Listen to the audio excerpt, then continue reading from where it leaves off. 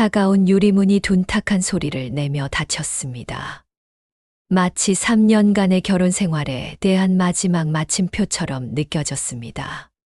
서유진 씨의 손에 들린 서류 봉투에는 아직 법원의 온기가 희미하게 남아 있었지만 그녀의 마음은 시릴 정도로 차가웠습니다. 몇 걸음 앞서 걷는 저 뒷모습, 불과 몇 분 전까지 남편이었던 최민준 씨입니다. 그는 뒤도 돌아보지 않았습니다. 3년 전 바로 이곳에서 영원을 맹세하며 세상에서 가장 행복한 여자로 만들어주겠다던 그의 목소리가 이명처럼 맴돌았습니다. 하지만 오늘 햇살은 여전히 눈부시게 쏟아졌지만 한 사람의 마음은 썩어 문드러지고 있었습니다. 유진 씨는 그가 계단을 다 내려가기도 전에 길가에 세워진 화려한 붉은색 스포츠카로 향하는 것을 보았습니다. 조수석 문이 열리고 낯선 젊은 여자가 환하게 웃으며 그의 품에 안겼습니다. 그 여자는 임소희 씨, 남편의 회사 인턴이자 두 사람의 관계를 파탄낸 장본인이었습니다. 최민준 씨는 너무나 자연스럽게 임소희 씨의 허리를 감싸 안고 수백 번은 연습한 듯 능숙하게 입을 맞췄습니다.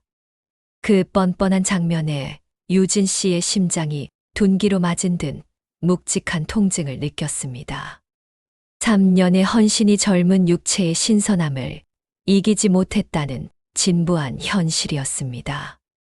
유진 씨는 그저 스스로를 다독이며 이 쓰레기 같은 남자에게 눈물 한 방울도 낭비하지 않겠다고 다짐하며 자신의 낡은 차로 발걸음을 옮기려 했습니다. 그때 임소희 씨의 교태 섞인 목소리가 바람을 타고 들려왔습니다. 하객들이 거의 다 오셨을 거라는 88개나 되는 테이블이 차려졌다는 호텔 피로연 이야기였습니다. 발걸음이 그 자리에 멈췄습니다. 오늘 이혼 도장을 찍은 바로 이 순간에 피로연이라니요. 그녀는 믿을 수 없는 심정으로 돌아서서 그들에게 다가갔습니다. 이게 무슨 뜻이냐고, 무슨 피로연이냐고 묻는 유진 씨의 목소리는 분노로 떨렸습니다. 최민준 씨는 당황한 기색도 잠시 이내 오만함 가득한 얼굴로 바뀌었습니다. 그는 방금 받은 이혼 서류를 흔들며 고해에서 벗어나 새 삶을 맞이하는 축하 자리라고 악랄하게 웃었습니다. 이제 법적으로 남남이니 상관 말라는 것이었습니다. 임소희 씨 역시 가식적인 말투로 유진 씨를 언니라 부르며 좋은 날이니 좋게 헤어지자고 혹시 축하해주고 싶으면 와도 좋지만 그 옷차림은 좀 곤란하겠다는 모욕적인 말을 덧붙였습니다. 3년간의 헌신에 대한 대가가 이것이었습니다. 반지하에서 라면만 먹으며 버텼던 시절, 그의 사업을 위해 접대 술자리에 나갔다가 위출혈까지 겪었던 일. 심지어 자신의 적금까지 깨서 사무실 임대료를 내주었던 그 모든 세월이 주마등처럼 스쳐 지나갔습니다. 한 달 전 그의 외도 증거를 발견하고 이혼에 합의할 때만 해도 그녀는 그저 이 막장 드라마를 빨리 끝내고 싶었습니다. 하지만 인간의 추악함은 끝이 없었습니다. 최민준 씨는 유진 씨의 헌신을 비웃으며 자신은 이제 연 매출 수십억을 눈앞에 둔 사람이고 임소희 씨만이 자신에게 더 높은 인맥을 연결해 줄 수 있다고 소리쳤습니다. 반찬값 몇 푼 아끼는 늙다리 마누라는 더 이상 자신에게 어울리지 않는다고. 오늘 피로연에 오는 88 테이블의 귀빈들에게 자신이 현명한 내조자를 찾았음을 알릴 것이라며 의기양양했습니다. 끝없는 굴욕과 분노가 화산처럼 들끓었습니다. 이 한 쌍의 남녀는 유진 씨의 마지막 남은 자존심마저 진흙탕에 처박고 짓밟았습니다. 3년간 헌신했던 아내를 이혼 당일 헌신짝처럼 버리는 것도 모자라 온 세상에 그 사실을 과시하며 축제를 열겠다는 이 잔인함에 유진 씨는 오히려 냉정해졌습니다. 조용히 떠나 다시는 마주치지 않으려 했던 마지막 배려를 그들 스스로 걷어찬 것이었습니다. 클라스가 무엇인지 보여주겠다고요.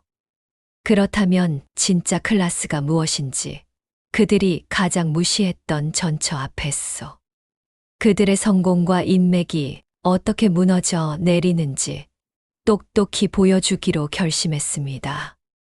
유진 씨는 꽉 쥐었던 주먹을 폈습니다. 그리고 천천히 가방에서 핸드폰을 꺼냈습니다. 그녀의 얼굴에 떠오른 기이한 미소에 최민준과 임소희는 순간 멍한 표정을 지었습니다. 유진 씨는 그들의 불안한 시선을 무시한 채 뇌리에 깊이 박혀 있지만 지난 3년간 한 번도 먼저 건 적 없던 번호를 눌렀습니다.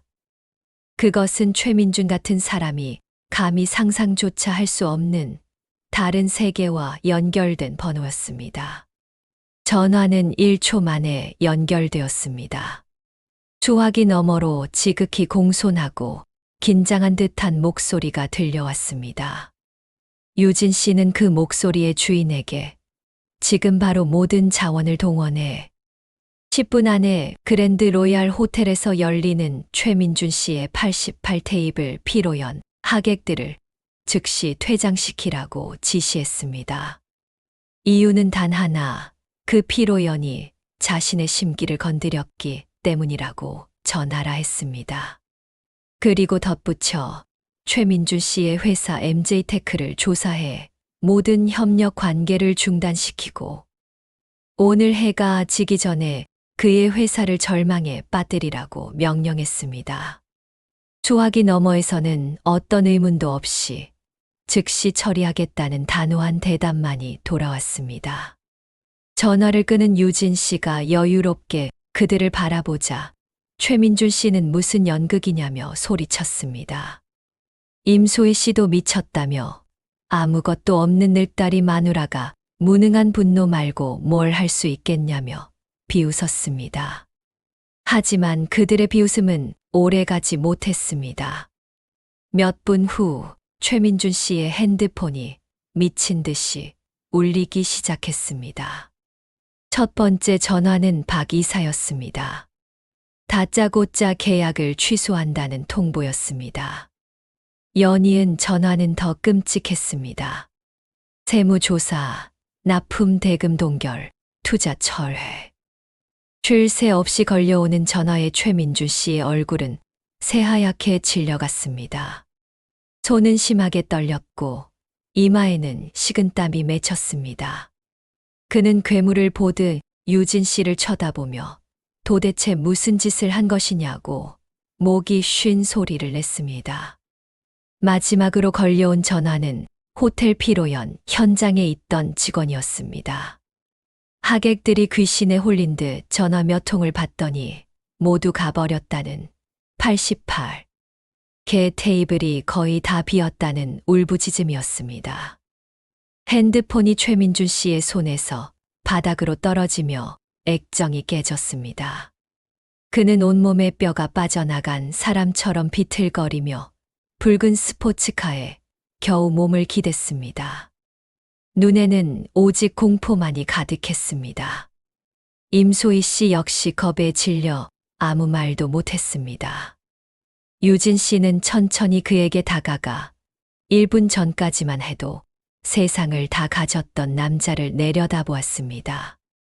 그리고 깨진 핸드폰을 주워 그의 품에 던져주며 이것이 자신이 주는 이혼 선물이니 마음껏 즐기라고 이제 시작일 뿐이라고 차갑게 말했습니다.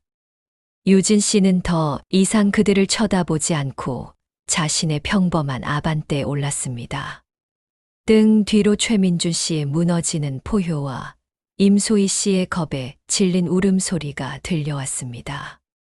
백미러 속에서 한때 잘생겼다고 생각했던 남자는 구겨진 양복 차림으로 주저앉아 떨리는 손으로 핸드폰조차 줍지 못하고 있었습니다. 유진 씨는 한때 목숨처럼 여겼던 사람이 구름 위에서 진흙탕으로 떨어지는 모습을 차갑게 지켜보았습니다. 그가 그토록 자랑하던 MJ테크는 사실 진정한 자본과 권력 앞에서는 파도 한 번에 부서질 조각배에 불과했습니다. 그리고 공교롭게도 서유진 씨는 그 파도를 일으킬 힘을 가지고 있었습니다. 지난 3년간 그녀는 그 힘을 숨기고 평범한 사랑과 결혼 생활을 얻으려 했던 자신이 얼마나 순진하고 어리석었는지 깨달았습니다. 최민준 씨는 마지막 남은 힘을 짜내듯 일어나 유진 씨의 차 창문을 세게 두드렸습니다. 내가 뭔데 아무 쓸모도 없는 여자가 어떻게 이럴 수 있느냐며 울부짖었습니다. 유진 씨는 창문을 조금 내리고 그에게 서씨 성을 가진 자신을 기억하느냐고 물었습니다. 최민준 씨는 멍한 표정을 지었습니다. 그는 아내가 평범한 사업가의 딸이라고만 알았지. 그 배경에 대해 한 번도 제대로 관심을 가진 적이 없었습니다. 바로 그때 소리 없이 미끄러져 온 검은색 롤스로이스 한 대가 유진 씨의 차 옆에 멈춰 섰습니다. 완벽한 양복 차림의 중년 남성 김철수 실장이 내려 유진 씨에게 공손히 허리를 숙였습니다. 아가씨, 회장님께서 모시라고 하셨습니다. 그 한마디에 최민준 씨와 임소희 씨는 완전히 굳어버렸습니다. 롤스로이스 아가씨라는 호칭. 그리고 그제야 퍼즐 조각이 맞춰진 서씨 가문. 그들은 마침내 자신들이 건드린 상대가 한성그룹의 상속녀임을, 그 끔찍한 진실을 깨달은 듯 절망에 휩싸였습니다. 유진 씨는 김 실장에게 뒤실을 맡기고 3년간 짓눌렸던 돌덩이가 산산조각 난 듯한 해방감을 느끼며 차를 몰았습니다. 그녀의 목적지는 3년간 애써 외면했던 곳, 그녀의 아버지 서태환 회장이 계신 평창동 본가였습니다. 김 실장의 전화가 걸려왔습니다. 현장은 깨끗이 정리되었고 그랜드 로얄 호텔 총지배인마저 직접 전화를 걸어 사과와 충성을 맹세했다는 보고였습니다. 이것이 권력의 힘이었습니다. 1시간 전만 해도 귀빈이었던 최민준 씨는 이제 호텔 블랙리스트에 오른 품성 좋지 않은 손님이 되었습니다. 유진 씨는 한강변에 차를 세우고 자신의 신분이 이미 경제 커뮤니티의 암암리에 퍼지고 있음을 확인했습니다. 최민준 건드리면 안 될 사람을 건드렸다. 전처가 한성그룹 상속녀라는 추측들이 난무했습니다. 산 정상에 자리한 웅장한 저택, 한성가의 본가에 도착하자 사용인들이 일제히 허리를 숙여 그녀를 맞았습니다. 아가씨, 돌아오신 것을 환영합니다. 3년 만의 귀환이었습니다. 서재에서 그녀를 기다린 아버지는 여전히 꿋꿋하고 위험이 넘쳤습니다. 아버지는 이미 모든 소란을 보고받은 듯 했습니다. 그는 딸의 행동을 꾸짖지 않았습니다. 다만 움직였으면 다시는 반격할 힘이 없도록 확실히 해야 한다고. 한성가의 딸은 넘어져도 스스로 일어서야 한다고 담담히 말할 뿐이었습니다. 유진 씨는 3년 만에 처음으로 아버지에게 고개를 숙였습니다. 사람을 잘못 봤다고, 고집을 부려 죄송하다고 사과했습니다. 아버지는 그런 딸에게 그룹 산하의 한성벤처스 부사장직을 맡기며 잃어버린 것들을 스스로 되찾아오라고 명했습니다. 주말 동안 유진 씨는 과거의 흔적을 지웠습니다. 최민준 씨와의 추억이 깃든 낡은 오피스텔의 물건들을 모두 버렸습니다. 3년간 입었던 평범한 옷들 대신 그녀의 신분에 맞는 완벽한 맞춤 정장들이 드레스룸을 채웠습니다.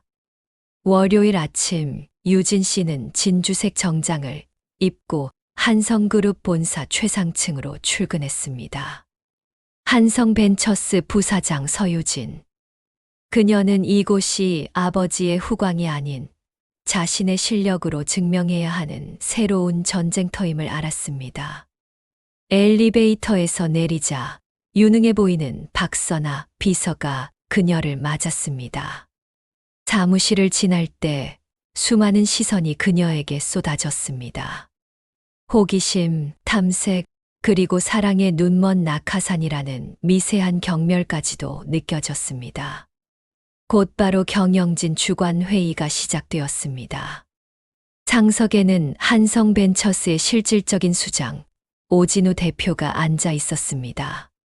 그는 금태 안경 너머로 유진 씨를 날카롭게 훑어보았지만 별다른 환영의 기색 없이 회의를 시작했습니다.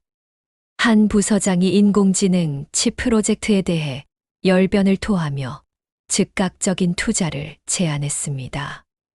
오진우 대표는 표정 없이 듣다가 갑자기 유진 씨에게 의견을 물었습니다. 회의실의 모든 시선이 그녀에게 집중되었습니다. 첫 번째 시험대였습니다. 유진 씨는 당황하지 않고 여유로운 미소와 함께 입을 열었습니다. 그녀는 프로젝트의 기술 장벽 근거가 된 평가, 기관이 엔젤 투자자와 관련이 있다는 점, 잠재 고객사들의 내부 사정이 바뀌었다는 점, 그리고 가장 중요하게는 창업팀이 과거 비슷한 사업을 파산시킨 흑역사가 있다는 점을 정확히 짚어냈습니다. 그녀의 날카로운 지적에 보고를 하던 부서장의 이마에는 땀이 맺혔고 회의실의 분위기는 순식간에 바뀌었습니다. 오진우 대표는 유진 씨의 의견을 받아들여 프로젝트를 보류시켰습니다. 그녀를 향했던 경멸의 시선이 신중함으로 바뀌는 순간이었습니다. 회의가 막바지에 이르렀을 때 투자 후 관리팀이 새벽 테크라는 프로젝트를 언급했습니다. 그 이름은 유진 씨에게 낯설지 않았습니다.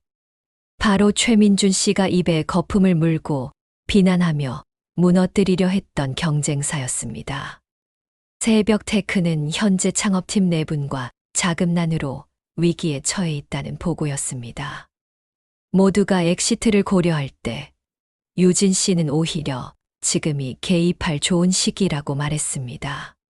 가장 큰 위협이었던 MJ테크가 사라진 지금, 낮은 가치로 진입해 내부를 정리하고 지원한다면 엄청난 수익을 얻을 수 있다는 것이었습니다.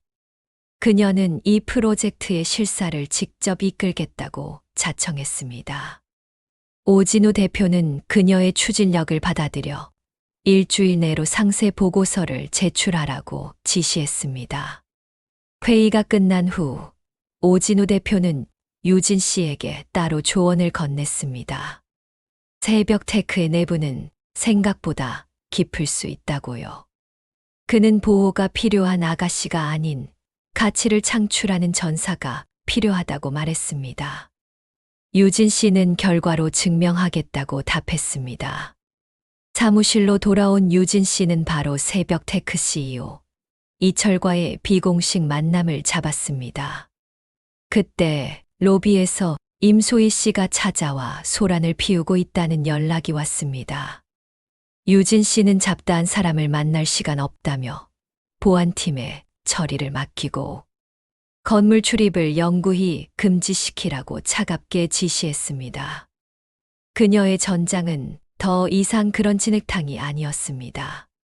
다음 날 카페에서 만난 새벽 테크의 이철 대표는 사진보다 더 수척해 보였습니다.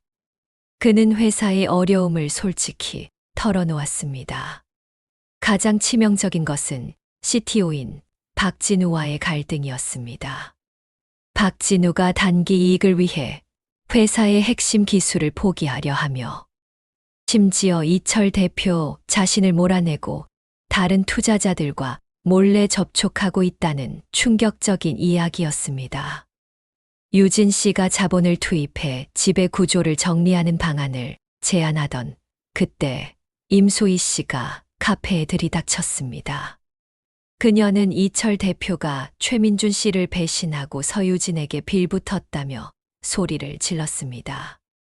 알고 보니 이철 대표는 임소희 씨의 먼 친척이었고, 임소희는 그 관계를 이용해 최민준을 도왔던 것입니다. 유진 씨는 보안 요원을 불러 그녀를 쫓아냈습니다. 이 소동은 오히려 유진 씨에게 새로운 단서를 주었습니다.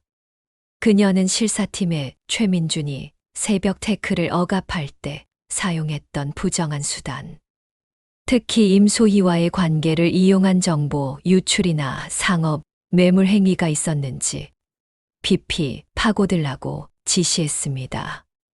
조사는 생각보다 더 끔찍한 진실을 드러냈습니다.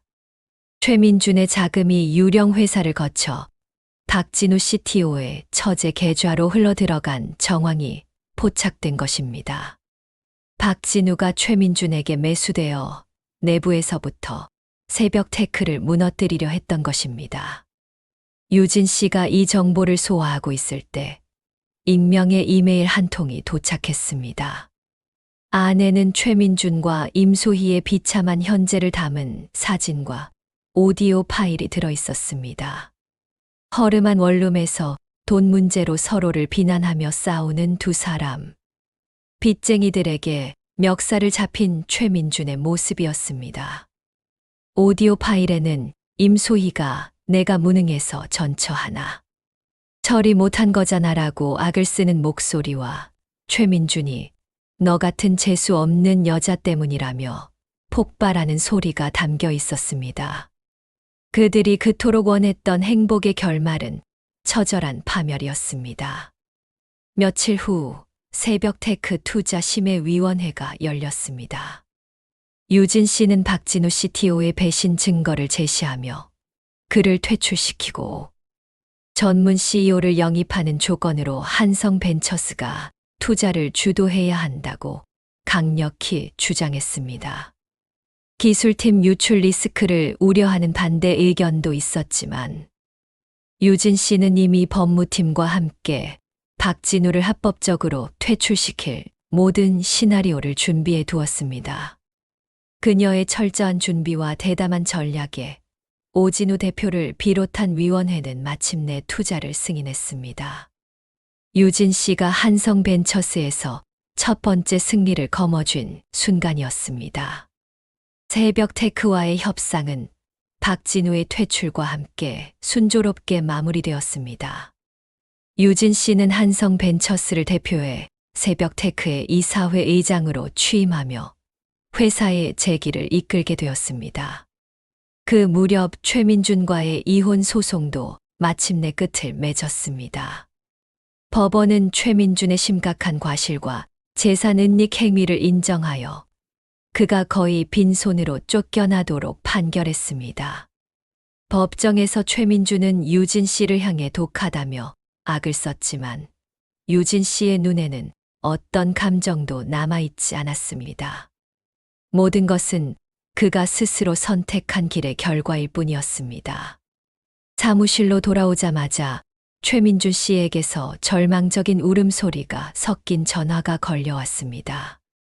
임소희가 마지막 남은 돈까지 들고 도망갔다며 3년간의 정을 생각해 제발 살려달라고 애원했습니다.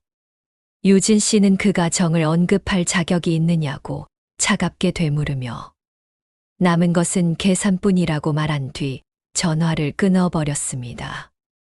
얼마 지나지 않아 임소희 씨에게서도 겁에 질린 전화가 걸려왔습니다. 최민준 씨가 자신을 죽이겠다고 협박한다며 살려달라고 울부짖었습니다. 하지만 유진 씨는 그들의 진흙탕 싸움에 더 이상 엮일 이유가 없었습니다. 모든 사람은 자신의 선택에 책임을 져야 한다는 말과 함께 그 전화 역시 차단해버렸습니다. 서로를 물어뜯는 그들의 비참한 결말은 그들이 짓밟았던 헌신에 대한 당연한 응보였습니다. 시간은 흘러 몇 달이 지났습니다.